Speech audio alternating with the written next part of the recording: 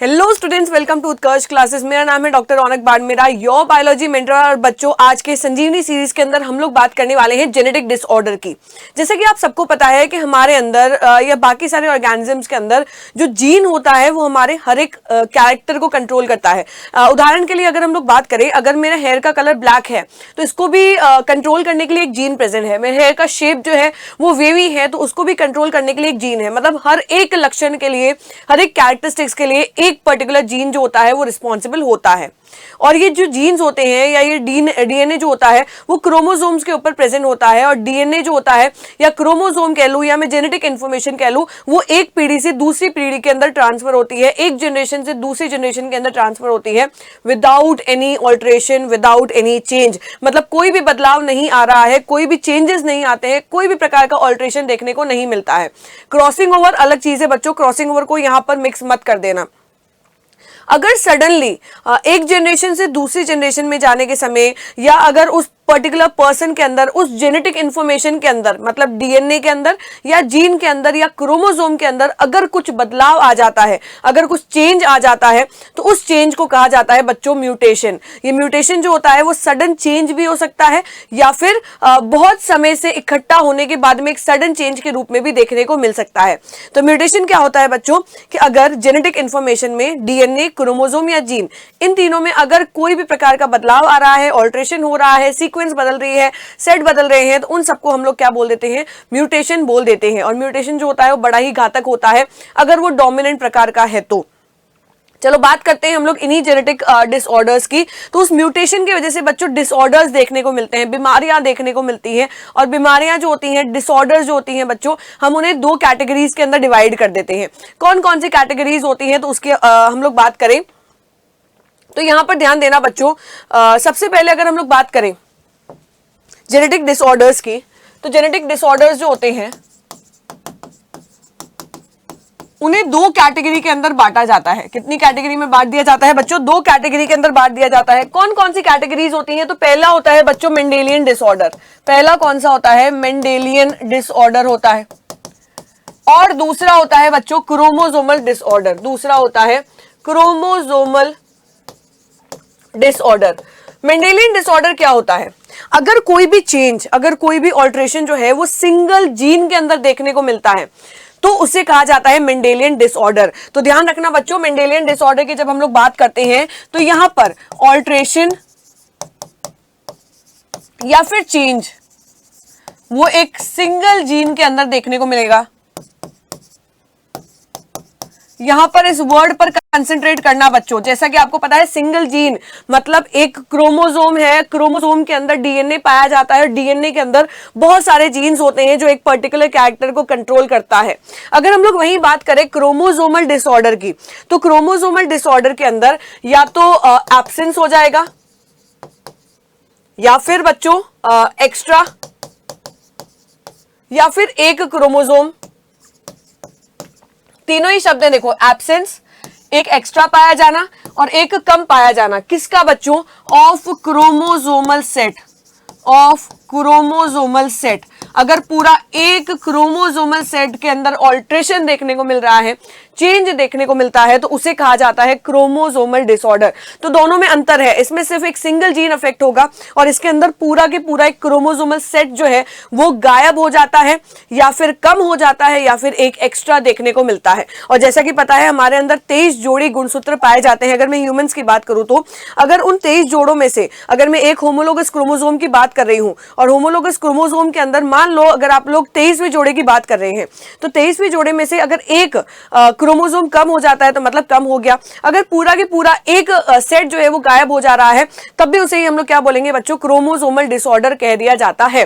तो दोनों ही प्रकार के डिसऑर्डर होते हैं। उदाहरण के लिए अगर हम लोग बात करें तो मेंडेलियन डिसऑर्डर के अंदर बच्चों बहुत सारे उदाहरण आ जाते हैं, जैसे कि हीमोफीलिया हो गया, haemophilia, cystic fibrosis, sickle cell anaemia. ये सभी बच्चों किसके उदाहरण हो जाते हैं? Sickle cell anaemia. ये सब बच्चों इसी के उदाहरण हैं। और अगर हम लोग बात करें तो कलर ब्लाइंडनेस, कलर ब्लाइंडनेस भी इसका एक उदाहरण हो जाता है बच्चों। साथ ही साथ phenylketonuria, phenylketonuria, thalassaemia. तो एनसीईआरटी बच्चों ये सारे उदाहरण जो है वो एनसीईआरटी के अंदर दे रखे हैं।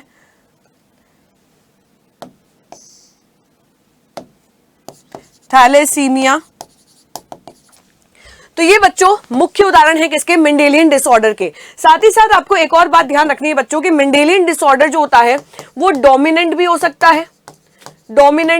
है, रेसेसिव भी हो सकता है, ऑटोसोमल भी हो सकता है और सेक्स लिंक्ड भी हो सकता है।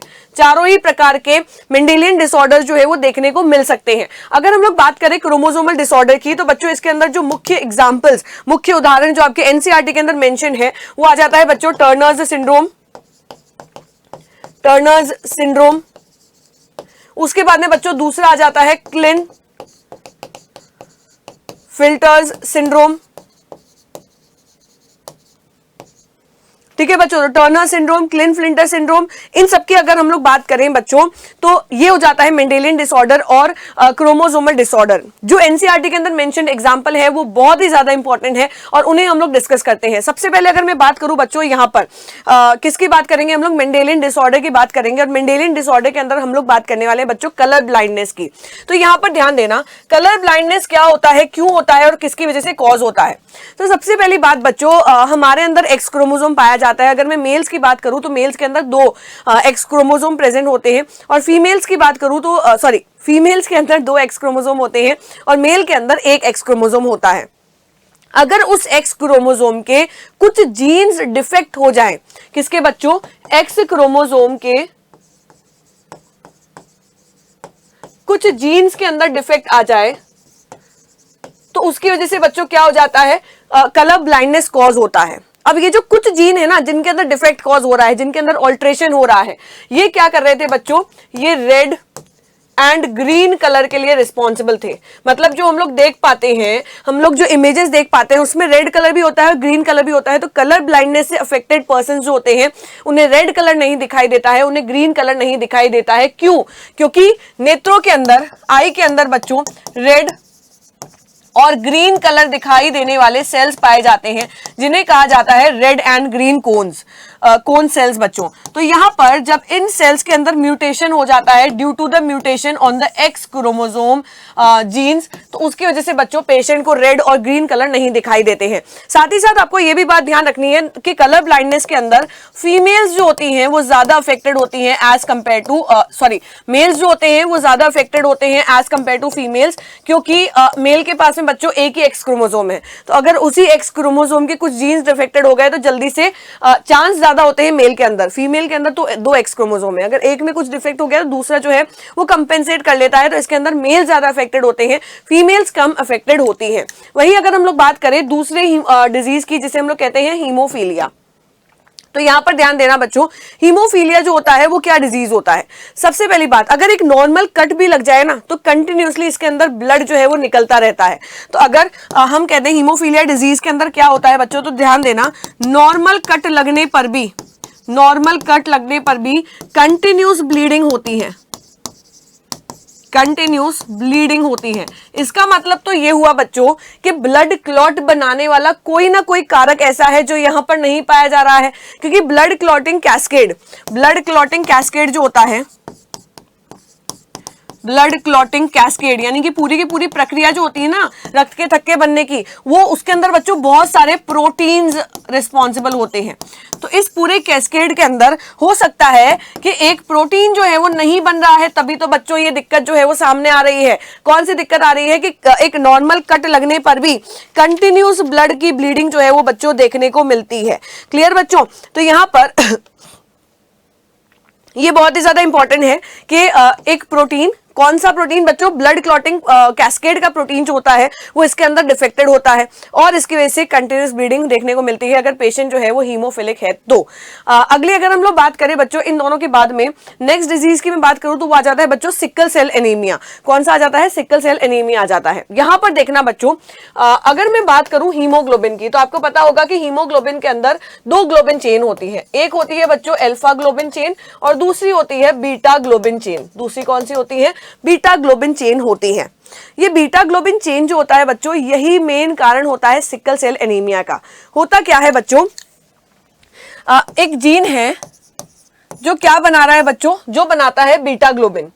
इस जीन के अंदर बच्चों जो 6th कोडोन होता है, 6th कोडोन कौन सा जीन है बच्चों, तो ध्यान देना, बीटा ग्लोबिन बनाने वाला जीन होता है। इसके अंदर बच्चों छठा कोडोन कौन सा होता है, GAG होता है, GAG है। अब ये किसके अंदर बदल रहा है बच्चों, GUG के अंदर बदल रहा है। मतलब देखो इतनी छोटी सी प्रॉब्लम यहां पे हो रही है, बीटा ग्लोबिन बनाने वाले जीन के 6th कोडोन में यहां पर एक ही जगह पर बच्चों क्या आ जा रहा है, U आ जा रहा है। मतलब एक सिंगल सब्स्टिट्यूशन हो रहा है नाइट्रोजनस बेस के अंदर। तो यहां पर इसकी वजह से बच्चों बनने वाला जो अमाइनो एसिड होता है, यानी कि ग्लूटामिक एसिड जो होता है, ये कोडोन किसके लिए कोड करता है, ग्लूटामिक एसिड अमाइनो एसिड के लिए कोड करता है।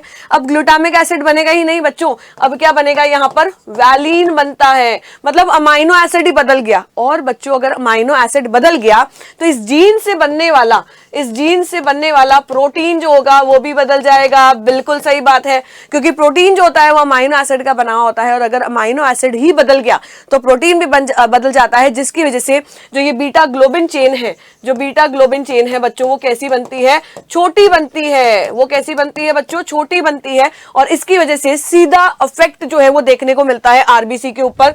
यहां पर लिख लेना बच्चों कि इसके अंदर आरबीसी का शेप जो होता है, इसके अंदर बच्चों आरबीसी का शेप जो होता है, आरबीसी का शेप जो होता है वो प्रभावित होता है। क्या प्रभाव देखने को मिलता है, तो आरबीसी का शेप जो कॉनकेव शेप का था, अब वो कैसा हो जाएगा बच्चों, सिक्कल शेप का हो जाता है। अब वो सिक्कल शेप का हो जाता है। इसीलिए इस बीमारी का नाम जो है वो क्या दे दिया जाता है बच्चों, सिक्कल सेल एनीमिया दे दिया जाता है। सेल यहाँ पर कौन से संदर्भ में बोला जा रहा है, आरबीसी के संदर्भ में बोला जाता है।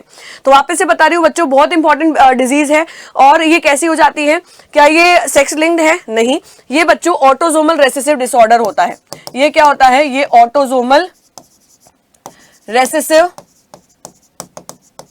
डिसऑर्डर होता है। ठीक है बच्चों, सेक्स लिंक नहीं है। इससे पहले जो हमने पढ़ा था, ये दोनों बच्चों, ये दोनों कैसी डिजीज होती हैं, ये सेक्स लिंक डिजीज होती हैं। सेक्स लिंक्ड रेसेसिव डिसऑर्डर है बच्चों, दोनों ही ध्यान रखना, सेक्स लिंक्ड रेसेसिव डिसऑर्डर होता है। यहां पर कलर ब्लाइंडनेस भी कैसा होता है बच्चों, ये भी सेक्स लिंक्ड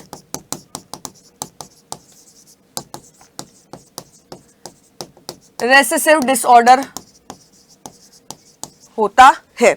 तो यहां पर हमने बात की बच्चों तीनों ही डिजीज की, जो कि हो गई colour blindness, haemophilia, sickle cell anaemia. Next जो है बच्चों वो आ जाती है फिनाइल कीटोनूरिया। अगला आ जाता है बच्चों फिनाइल कीटोनूरिया। अगर हम लोग बात करें अगली डिजीज की, यानी कि फिनाइल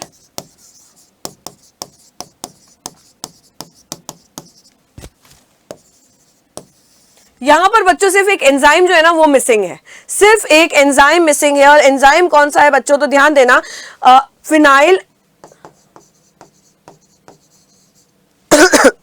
सॉरी फिनाइल एलेनिन जो टायरोसिन के अंदर बदलता है, इसको बदलने वाला एंजाइम जो होता है वो इसमें बनता ही नहीं है। मुख्य प्रॉब्लम तो यहां पर आ रही है कि ये एंजाइम बनता ही नहीं है, मतलब इसको बनाने वाला जो जीन होता है वो प्रभावित हो गया है, वो म्यूटेट हो गया है, जिसकी वजह से बच्चों फिनाइल एलेनिन टायरोसिन में कन्वर्ट नहीं हो पाता है। अब अगर फिनाइल एलेनिन टायरोसिन के अंदर कन्वर्ट नहीं हो रहा है तो इस फिनाइल एलेनिन का क्या होगा बच्चों, ये कन्वर्ट हो जाता है एक घातक सब्सटेंस के अंदर, और वो घातक जो सब्सटेंस है, घातक पदार्थ जो है बच्चों, वो जाकर के इकट्ठा हो जाता है ब्रेन में, जिसकी वजह से मेंटल रिटार्डेशन यानी कि पागलपन देखने को मिलता है। और वो किसके अंदर बदल जाता है, तो ध्यान देना बच्चों, ये बदल जाता है फिनाइल पायरुविक एसिड के अंदर। किसके अंदर बदल रहा है, फिनाइल पायरुविक एसिड के अंदर बदल जाता है। और जो बच्चों ये फिनाइल पायरुविक एसिड होता है ये चला जाता है ब्रेन के अंदर, सीधा ही जाकर के मस्तिष्क को प्रभावित कर रहा है, जिसकी वजह से मेंटल रिटार्डनेस देखने को मिलती है। जिसकी वजह से क्या होगा बच्चों, मेंटल रिटार्डनेस देखने को मिलेगी। तो सिर्फ एक एंजाइम नहीं बनने की वजह से देखो बच्चों इतनी बड़ी बीमारी हो जाती है। फिनाइल कीटोनूरिया जो कि एक फिनाइल एलानिन टायरोसिन में नहीं बदल रहा है और किस में बदल जा रहा है, फिनाइल पायरुविक एसिड में बदल जा रहा है, उसकी वजह से मेंटल रिटार्डनेस देखने को मिलती है। साथ ही साथ बच्चों ध्यान देना कि जो फिनाइल पायरुविक एसिड होता है वो भी यूरिन के साथ में बाहर की तरफ स्रावित हो जाता है, क्योंकि किडनी जो होती है वो वापस से इसे असक्षम होती है भेजने में, तो इसीलिए फिनाइल पायरुविक एसिड कुछ मात्रा में यूरिन के साथ भी बाहर की तरफ एक्सक्रीट आउट हो जाता है। तो ये बात हुई बच्चों फिनाइल कीटोनूरिया की। आई होप सो कि ये बहुत ही ज्यादा इंपॉर्टेंट है और आप लोग अच्छे से इसकी ध्यान रखोगे बच्चों। नेक्स्ट अगर हम लोग बात करें क्रोमोसोमल डिसऑर्डर्स की, और क्रोमोसोमल डिसऑर्डर्स के अंदर अगर हम लोग बात करें बच्चों तो सबसे पहले आ जाता है डाउन सिंड्रोम। डाउन सिंड्रोम किसकी वजह से होता है, तो ध्यान रखना बच्चों क्रोमोसोमल डिसऑर्डर है, एक्स्ट्रा क्रोमोसोम की कॉपी आने की वजह से होता है। तो यहां पर आप लोगों को ये याद रखना है क्रोमोसोम नंबर 21, कौन सा बच्चों, क्रोमोसोम नंबर 21 के अंदर ट्राइजोमी हो जाती है। क्या हो जाती है बच्चों, ट्राइजोमी देखने को मिलती है। ट्राई का मतलब होता है 3, इसका मतलब 3 21 और 21 3 क्रोमोसोम्स जो होते हैं वो देखने को मिलते हैं। इसको हम लोग ऐसे लिख सकते हैं कि क्रोमोसोम नंबर 20 होता तो ये है बच्चों की पेयर में प्रेजेंट होता है, पर पेयर के अलावा 2 क्रोमोसोम के अलावा यहाँ पर तीसरा क्रोमोसोम भी आ जाता है और इसे हम लोग कहते हैं डाउन सिंड्रोम। इसकी वजह से क्या हो जाता है बच्चों, बौनापन देखने को मिलता है, शॉर्ट स्टैचर देखने को मिलता है। अगर हम लोग इसके लक्षणों की बात करें तो बौनापन देखने को मिलता है, अंगुलियां जो होती हैं बच्चों छोटी छोटी दिखाई देने लगती हैं, आंखें जो हैं वो बाहर की तरफ उभरी हुई दिखाई देने लगती हैं, है ना। तो ये जो है तीनों ही मुख्य लक्षण आ जाते हैं बच्चों किसके, डाउन सिंड्रोम के। तो ध्यान रखना बच्चों डाउन सिंड्रोम एक बहुत ही इंपॉर्टेंट डिजीज है। इसके बारे में बच्चों बहुत बार प्रश्न जो है वो बनता भी है। साथ ही साथ एक और यहाँ पर लिख लेना कि इसके अंदर फरोड टंग दिखाई देती है, फरोड टंग दिखाई देती है, यानी कि जो जीभ होती है वो 2 कुछ इस प्रकार से भागों के अंदर बट जाती है और ब्रॉड माउथ हो जाता है। साथ ही साथ आप लोग लिख लेना ब्रॉड पाम भी यहां पर दिखाई देता है, जिसमें अंगुलियां जो होती हैं वो छोटी छोटी देखने को मिलती हैं। अगला आ जाता है बच्चों क्लिन-फ्लिंटर सिंड्रोम। नेक्स्ट आ जाता है क्लिन-फ्लिंटर सिंड्रोम। इसके अंदर क्या होता है तो बच्चों ध्यान देना, ये सिर्फ और सिर्फ मेल्स के अंदर होता है, और अगर हम लोग टर्नर सिंड्रोम की बात करें तो ये फीमेल्स के अंदर होता है। ठीक है, तो दोनों जो होते हैं वो सेक्स लिंक्ड होते हैं, यानी कि सेक्स से जुड़े हुए हैं। तो मेल के अंदर अगर हम लोग बात करें, हमें पता है एक्स और वाई जो क्रोमोसोम होता है वो पाया जाता है। अगर इस एक्स वाई की जगह पर एक्स एक्स वाई देखने को मिले तो बच्चों वो हो जाता है क्लिन-फ्लिंटर सिंड्रोम, यानी कि एक एक्स्ट्रा एक्स जो है वो इनकॉर्पोरेट हो जाता है। इसके अंदर बच्चों क्लिन-फ्लिंटर सिंड्रोम के अंदर ध्यान रखना कि ये जो होते हैं या ये डिजीज जो हो जाती है जिसको, वो स्टेराइल होते हैं, मतलब वो फर्टाइल नहीं होते हैं। दूसरी बात बच्चों, इसके अंदर फीमेल कैरेक्टरिस्टिक्स दिखाई देने लगते हैं। यहां पर फीमेल कैरेक्टरिस्टिक दिखाई देने लगेंगे और मेल कैरेक्टरिस्टिक्स जो होते हैं वो दब जाते हैं। जैसे नॉर्मली हम लोग देखते हैं कि जो नर होते हैं, जो मेल्स होते हैं, उनमें दाढ़ी दिखाई देती है, पर इनके अंदर दाढ़ी बनना कम हो जाती है। फीमेल कैरेक्टरिस्टिक्स दिखाई देने लगते हैं, यानी कि ब्रेस्ट जो होते हैं वो डेवलप होने लग जाते हैं, आवाज जो है वो लड़कियों के जैसे होने लग जाती है। तो उन सबको कहा जाता है बच्चों फीमेल कैरेक्टरिस्टिक्स। अब अगर हम लोग बात करें टर्नर सिंड्रोम की, टर्नर सिंड्रोम में क्या होता है बच्चों, यहाँ पर ध्यान देना, टर्नर सिंड्रोम फीमेल के अंदर दिखने को मिलता है। यहां पर इन दोनों डिजीजेस के अंदर क्या हो रहा है बच्चों, एक्स्ट्रा इनकॉर्पोरेशन हो रहा है। पर टर्नर सिंड्रोम के अंदर क्या होता है बच्चों, इसके अंदर यहां पर फीमेल्स के अंदर नॉर्मली तो क्या होगी, एक्स एक्स कंडीशन होती है, बट जब टर्नर सिंड्रोम हो जाता है तो इसके अंदर एक एक्स क्रोमोसोम जो है बच्चों वो देखने को नहीं मिलता है, यानी कि एक एक्स क्रोमोसोम इसके अंदर गायब हो जाता है। तो अगर एक एक्स क्रोमोसोम कम होगा तो इनके अंदर बच्चों ओवरीज रूडिमेंट्री बनेगी, यानी कि ओवरीज जो होती हैं वो बहुत ही छोटी बनती है, ना के बराबर बनती है। साथ ही साथ सेकेंडरी सेक्सुअल कैरेक्टर्स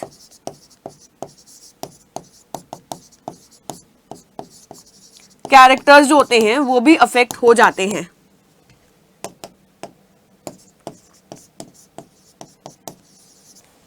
तो ये बात हो गई बच्चों जेनेटिक डिसऑर्डर की। आई होप सो कि ये बहुत ही ज्यादा इंफॉर्मेटिव रहने वाला है। याद रखना बच्चों, इन जेनेटिक डिसऑर्डर्स में से एक प्रश्न आपके बन करके आएगा ही आएगा, तो अच्छे से इन्हें रिवाइज कीजिएगा और आई होप सो आज का क्लास जो है वो बहुत ही ज्यादा इंटरेस्टिंग रहा होगा। मिलते हैं हम लोग कल की क्लास के अंदर, तब तक stay tuned, see you tomorrow in the class. Thank you students for today's session.